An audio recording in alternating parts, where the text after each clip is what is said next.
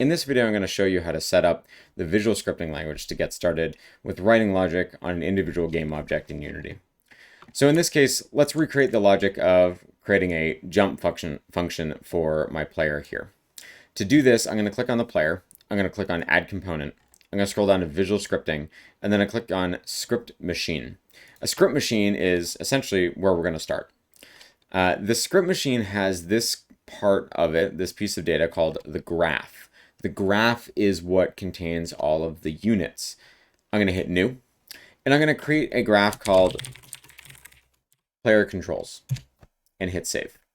You notice that there's a player controls graph now listed over here as part of my project. Of course, I want to be neat and organized and eventually organize this into its own folder.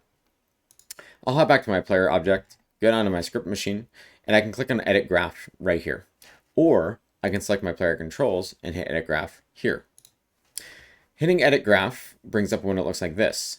Your window may look like this originally, so if it does, make sure you grab these corners and pull it out so you can see the whole thing. Let's see what we start with. We've got two event units here. There's a start event and an update event.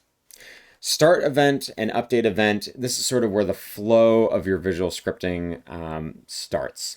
Start happens once the very first time the game object is created. So if I hit play, start is going to essentially fire off one time. I can connect any sort of initialization logic that I want for my player.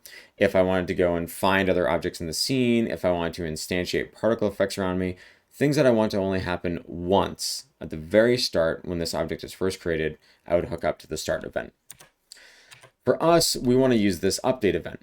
Update happens every single time the game is rendered. So typically this is anywhere between 60 to 100 or 200 plus times per second. On a really simple machine and a really high-end computer like mine, it could be hundreds of times per second.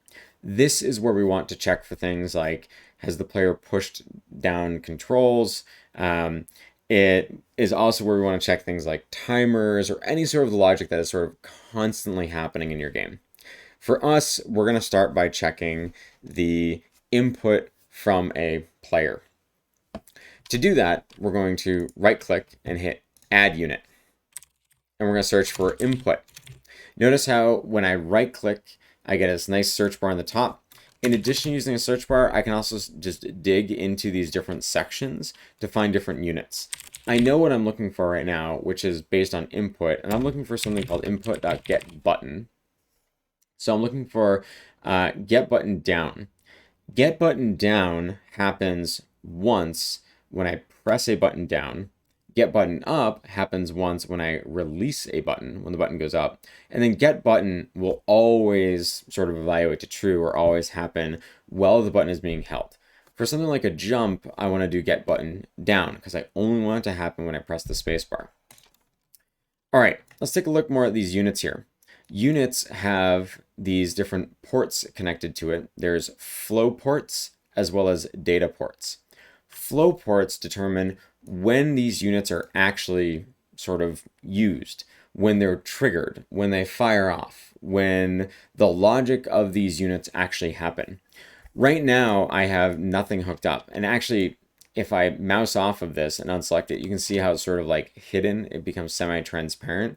That's because this logic will never happen. I haven't hooked it up to the start of the game, and I also haven't hooked up to the update of my game either, right? If I don't hook it up to either, then this will sort of never happen because of this flow control. So what I want to do is I want this input to happen. I want this check to happen every single update. To do that, I'll just grab this flow port here from the update event and connect it to my GetButtonDown input flow, right? So first it will start here with my update event, and then the logic will flow along this path to this input green arrow here, which will cause the logic of this node to execute. After this node is finished executing, it will continue following this green arrow to determine what it should do next, right?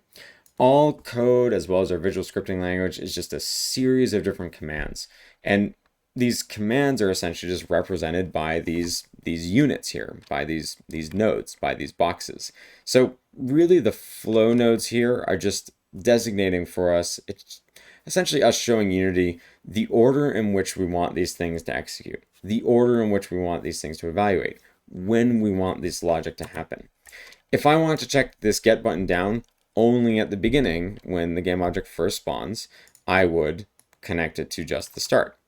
If I want to do this logic every single update, I would connect it to the update.